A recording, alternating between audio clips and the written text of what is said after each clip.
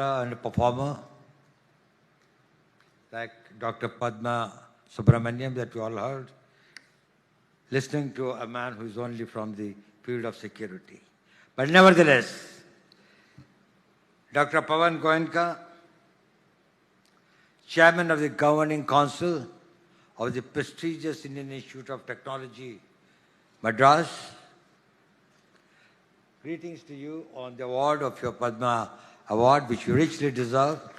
Your contribution to the country is great, and it's also a matter of pride that you're also a former IITian.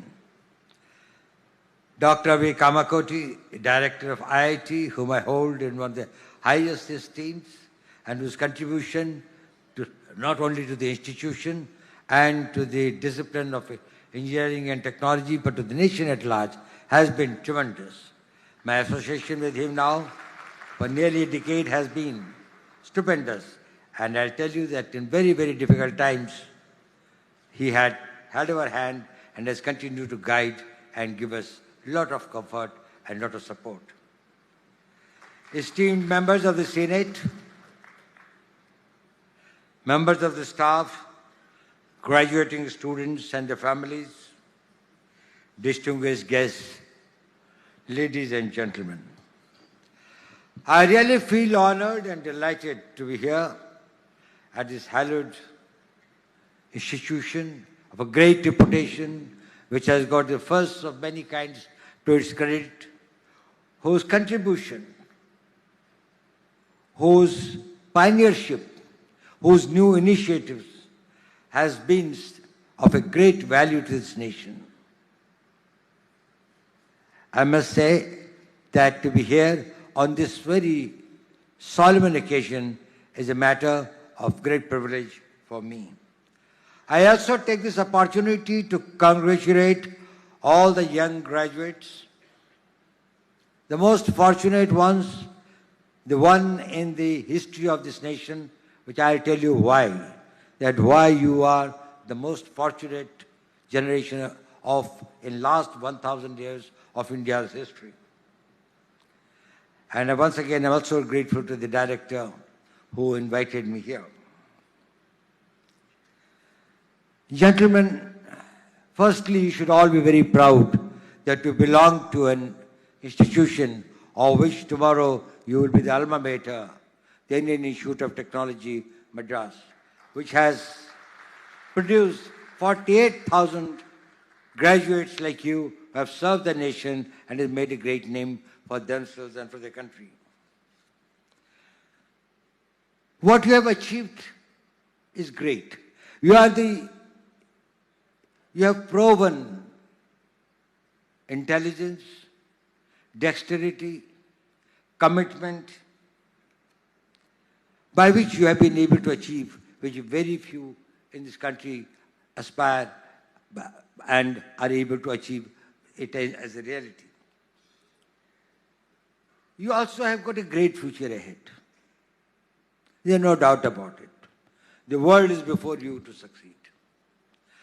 The point is whether you will be able to intertwine your growth and progress with something beyond you. Will you be able to contribute to the society, to the country, to the civilization to which you owe a lot? When Director Kamakoti asked me to be here, obviously I was quite reluctant. I never make public appearances. As Dr. Goenka just told me, first time I'm seeing you anywhere in a public platform in last 7 years. I don't know when was it that it was the last 7 years. But normally I never go. But firstly, my respect for Professor Kamakoti is one thing.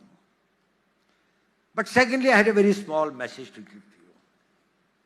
And I thought that I will take this opportunity to convey a very small message. But before that, I will have to provide you a perspective.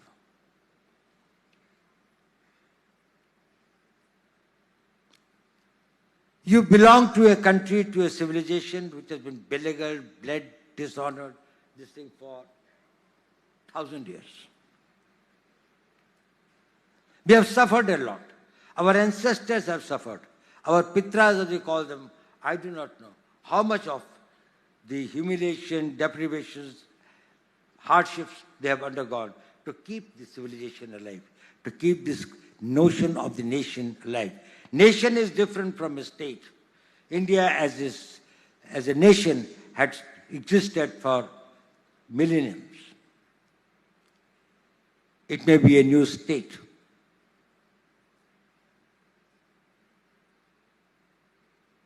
Even when we got independence in 1947, our GDP was barely $20 billion.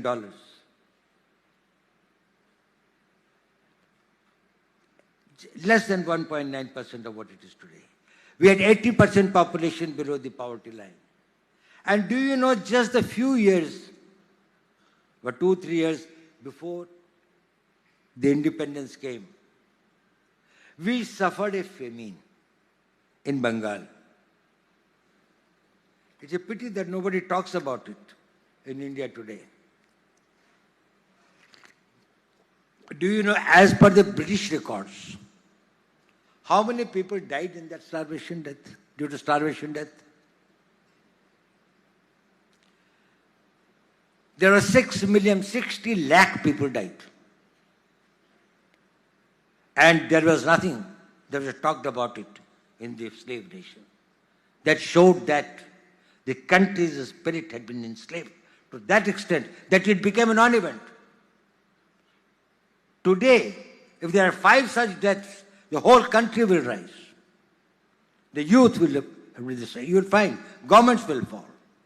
Deaths due to starvation because you could not eat. And therefore, 60 lakh people died as per the records. That is the thing that we came, and as Dr. Goenka said, we will be completing 100 years of our independence 22 years from now. You will be at the prime of your careers. You will be in your mid-40s or late 40s.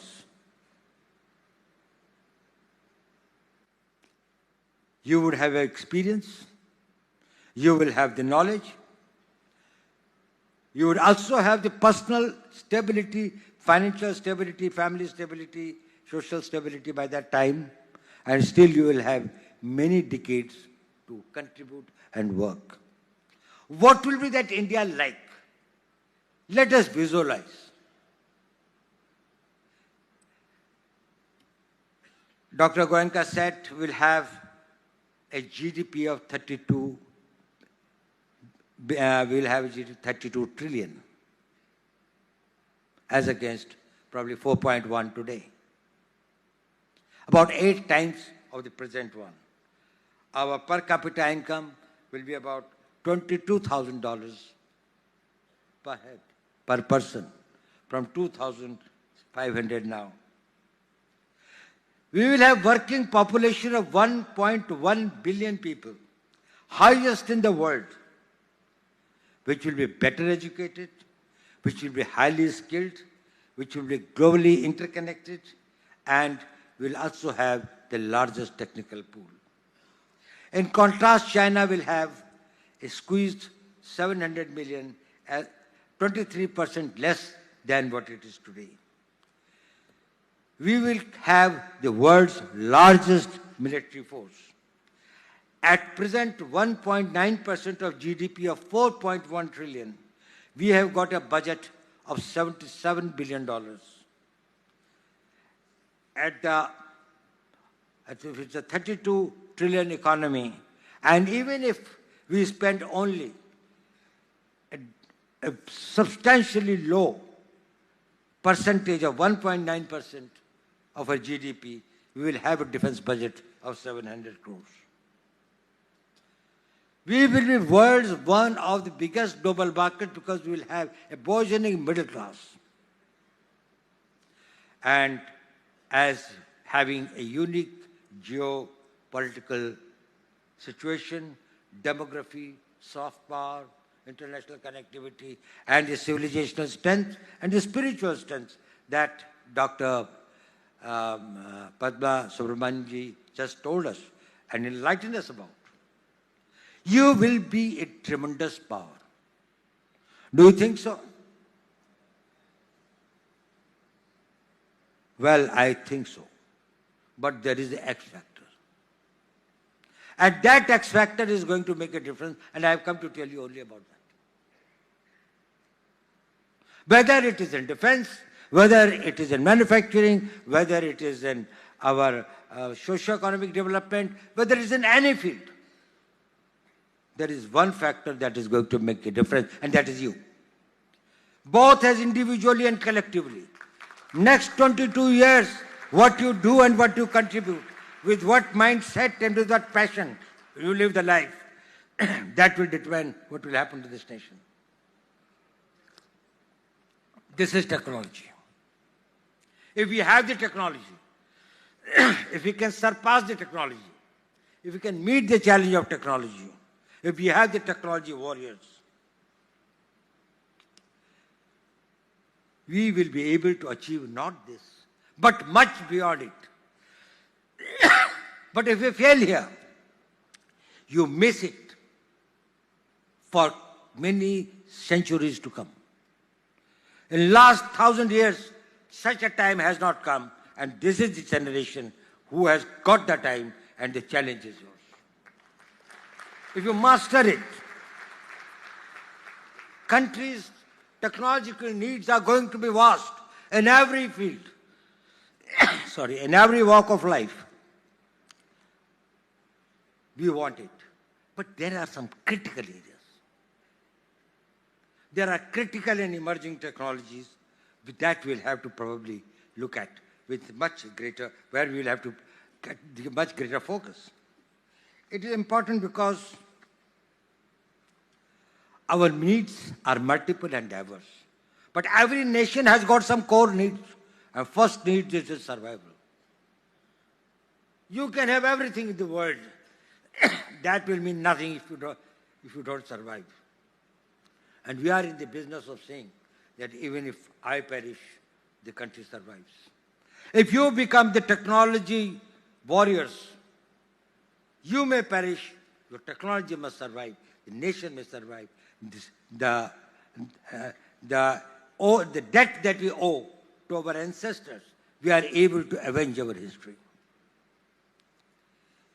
Indeed, we need an ecosystem of technology, high resources, infrastructure. But what we need most are the men like you. You must have heard many stories.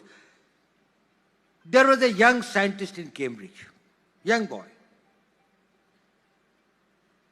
In the Second World War, do you know who changed the history of the Second World War? You know him by the name of the man who started, father of computing. His name was Alan Turing. He found he could break the Enigma machine's code.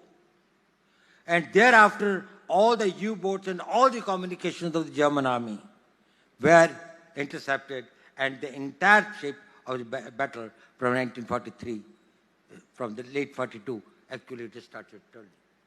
He died young at the age of 44. Very few of you know that he was a spy. He was an intelligence man working for the MI6.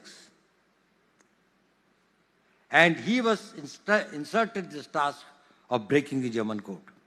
Today, to guide, protect, and take this country ahead.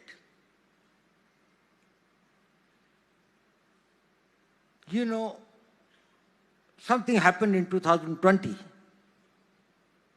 It was slightly a bad experience for us. We had a certain, we had a little fight. Of course, ultimately we were able to get everything, But certain decisions were taken. And one of the decisions that was taken is we are going to completely indigenize our communication systems, and 5G will not be imported from anywhere. It is necessary for our data protection, it is necessary for our communications, it was necessary for many security needs. At the same time, the country could not afford to lose the technology battle and remain behind and get decades behind. Chinese has taken over 22 years and spent about $300 billion for developing the 5G. We neither had that much of a time. I'm sorry, Chinese took about 12 years, not 22 years, 12 years. We neither had that sort of a time, nor even that sort of a money. Whom did we turn to? And that is why I said I owe a lot to Professor Kamakoti. We came and we talked with him. We wanted trusted sources. We wanted the system along with the private sector to work out. And within about 2.5 years, India was totally indigenous. And today's 5G, there's nothing foreign in that. And we owe it to your IIT. We owe it to our private sector. We owe it to others. All contributed a lot. Today, it ensures Professor Kamakoti has put a system in place that when a screw that comes that deals with anything which has got or which leads to the nation's security protection of the data protection or the anything that is, it comes from a trusted source. It's either made in India or it is something which is made by somebody who is very close to India. It comes from a trusted source. That concept was this thing when he said, how do we make our system totally insulated from any enemy influence and others? And we said that we will work for that. It looks small, but it is big. It is something that you have done a lot for doing that. Now, I was talking about that what could be the systems that would be important for us, which will be the game changers. You all know it, but I would like to emphasize it. Artificial intelligence is one of the great game changers. It took roughly 4.5 million years for a man to invent fire, which was one transformative technology. Fire changed the whole concept of the world, the way the man lived. Another 2 lakh years, this thing, the wheel.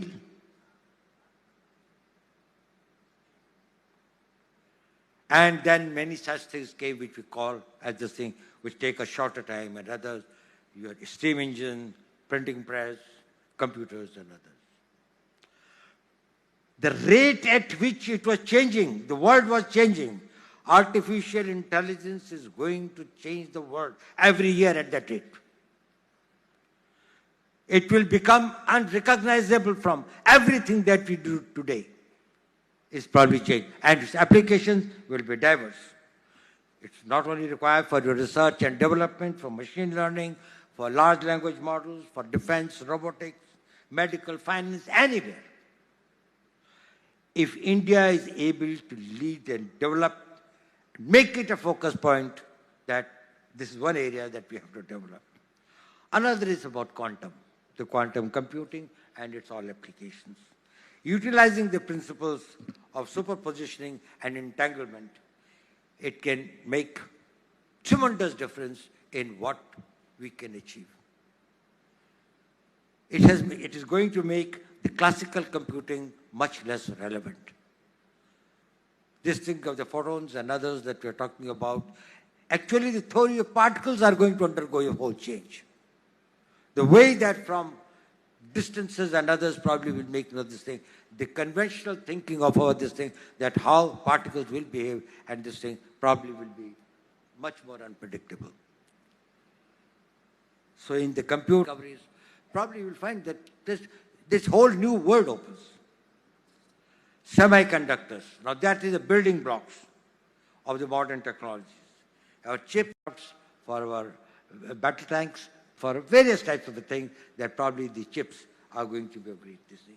And then the space sciences, and I must compliment here Dr. Goenka, who has contributed tremendously in last 3 years in the new whole district that's opened up for the space sector, for the private sector, and we are doing very well in that.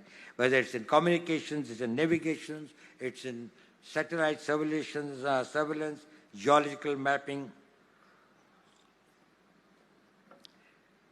rare earths, and advanced materials, energy, etc. Other this thing.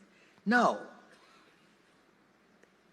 the link of the technology and warfare has been always very, very important.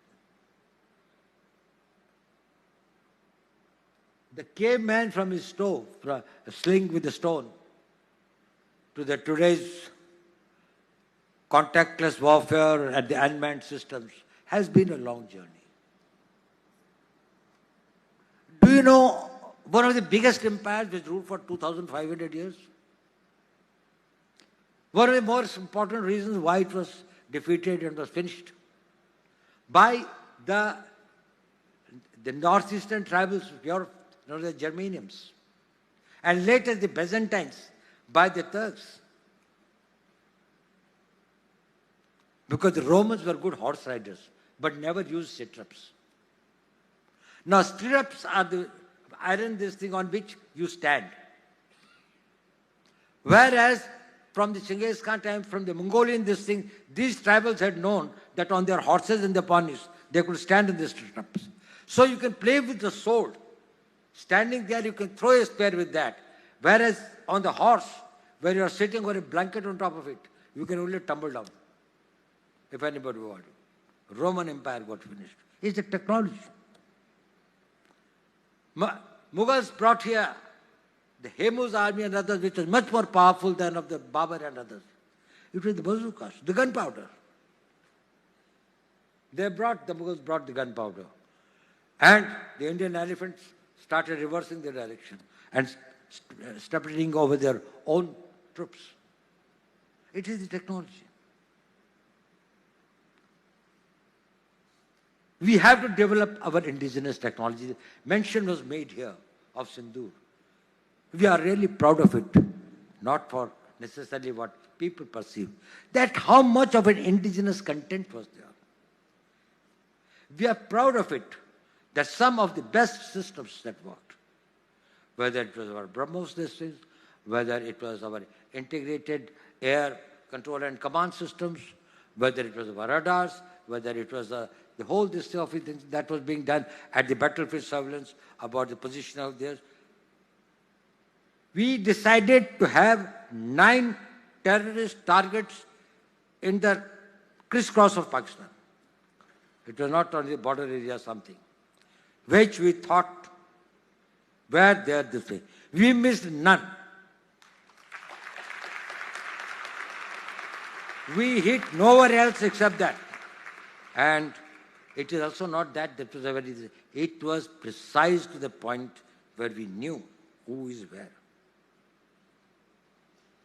Entire operation was started at 5 minutes past 1 and was over at 28 minutes past 1. 23 minutes.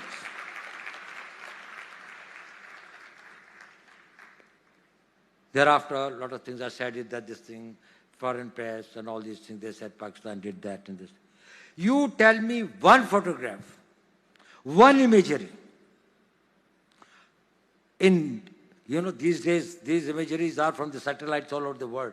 They are this thing, which shows any Indian damage being done, even a glass pane having been torn. Forces will be knowing what's happening in this thing, but I am just telling, they brought out photographs, they wrote this thing, the New York Times put out very this thing. Only imagery, they said 13 air bases of now and now, before 10th May and after 10th May. Whether it was in Sargodha, or it was in Rahim Yar Khan, or it was in Chaklala, or it was in Rawalpindi, air bases, including the Bellary, where they have got the AVAX, the control systems. Now, I want to send to you, you must meet him.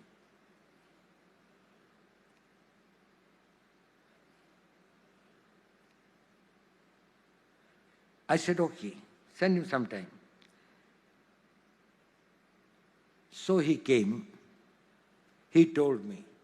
That's it. I said, how do you know General McMaster? He said, I provide some services to the American Defense Forces. I said, what's your background? And then he told me something about his this thing. When I learned that he was the person who was the founder and CEO of Rhombus, he was providing on the basis, he started it, on the basis of the open information about the position of the satellites and what they were taking the imageries and some of these things, the entire forecasting model for next 24 hours for Pakistan, for American Army. Then the American Army started supplementing it with their own data. And he became extremely this thing. And this Rhombus Corporation became one of the very, very powerful organizations with very high technology, using AI, using particle these things, and multiple of other technologies and others. Then I asked him, I said, okay, that's very good. I'm impressed with what you said. We checked it up with these things also. We found tremendous disease. His predictions are 70% right about anything relating to defense and military activities taking place anywhere in the world. He said, sir, I've come to you, I carry a sense of guilt. I said, why? I said, you've done so well in life. He said, sir, I've done so much for the Americans, this thing. I am an IITian, but I could not do anything for my country. I want to do something for my country. But I said, we have got problems. You have taken American citizenship. And therefore, we can't integrate you with the system. He said, don't bother. You don't give any data. I will work on the basis of the open data. And I will teach your people how to manage it. After I go, you integrate the data with your own people to find out this thing. We have started working with him. And he said, I don't want to do it for money. It's not for money. This is the spirit that I want each one of you to go. Will you have that passion for your nation? Think that you realize it a little too late. Or you will realize in 2025 that you have to take the country in 2047 where its destiny is, where it is destined to. Make it a proud country in major military terms, in economic terms, in science and technology, in everything and every area of the human activity. If you can manage your time, you can manage your energy, and you can manage your mind and spirit, you can achieve it. And you are not the first. Many more have done it, but only today you have got the opportunity. I did not have the opportunity. I was not an IIT. Actually, when I this thing, the IITs were just started coming up. There was hardly this thing. We also did not have that much, and the country did not have that much of money. Today, the country has money to invest in science and technology. Next year, it will be probably another 1 trillion added to our country's growth. Probably we are going to become more this thing.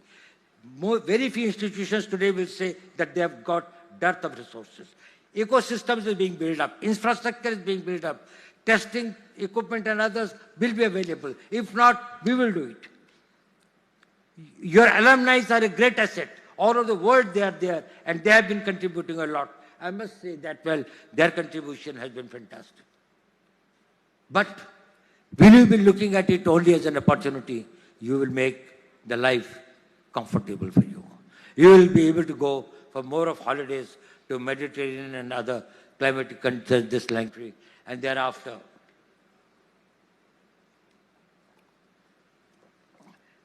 You can call that life successful. I will tell you one small incident before I conclude.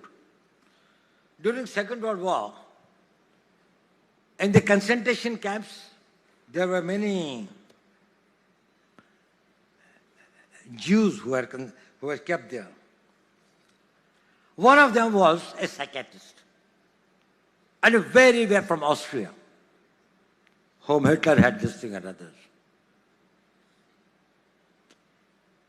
When he started looking, and then he was shifted, he started feeling the people coming to concentration camps, many of them were perishing, some in 3 months, some in 5 months, some 6 months. But this man, since he was this thing and there are certain things against him, he was kept for a very long time, almost the whole duration of the war, about 4.5 years, about 4 years. And was shifted from one concentration camp to another concentration camp of the Jews and others. He found hundreds of Jews, rather thousands of Jews dying. But even strangely, some survive. And he started taking notes. He said he writes. He wrote a book after coming out. There is an old lady of 74 or 75. She said, I don't know when the war will be over, but I have to go back home. He said, why? They said, they brought me and my son and my daughter-in-law. But my granddaughter, about 4 years is left behind. I have to go back to get her. And groom her, train her, whatever is that, bring her up and all these things. I feel very restless.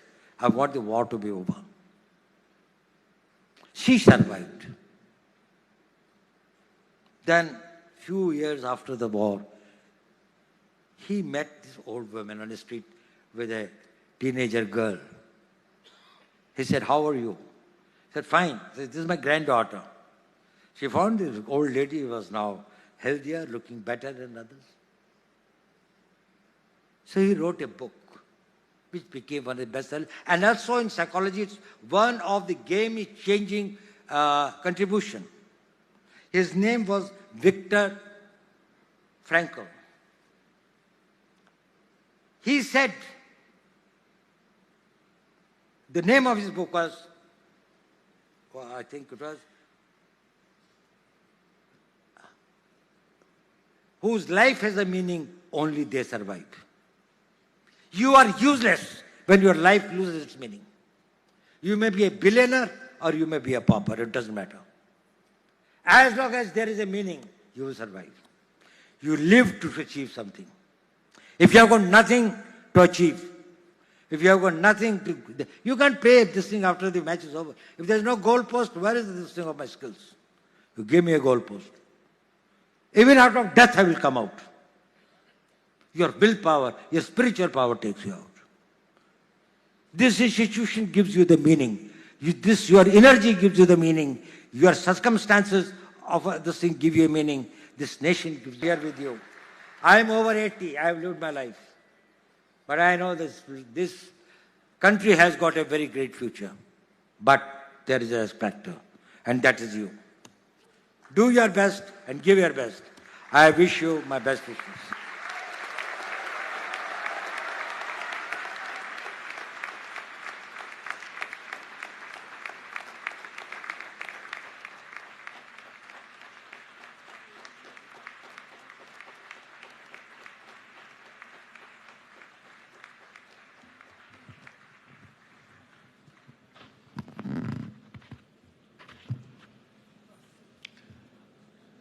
Thank you, Sri Doval, for that most immersive and inspiring speech. I think you need to change and make more public appearances because you'll inspire so many people.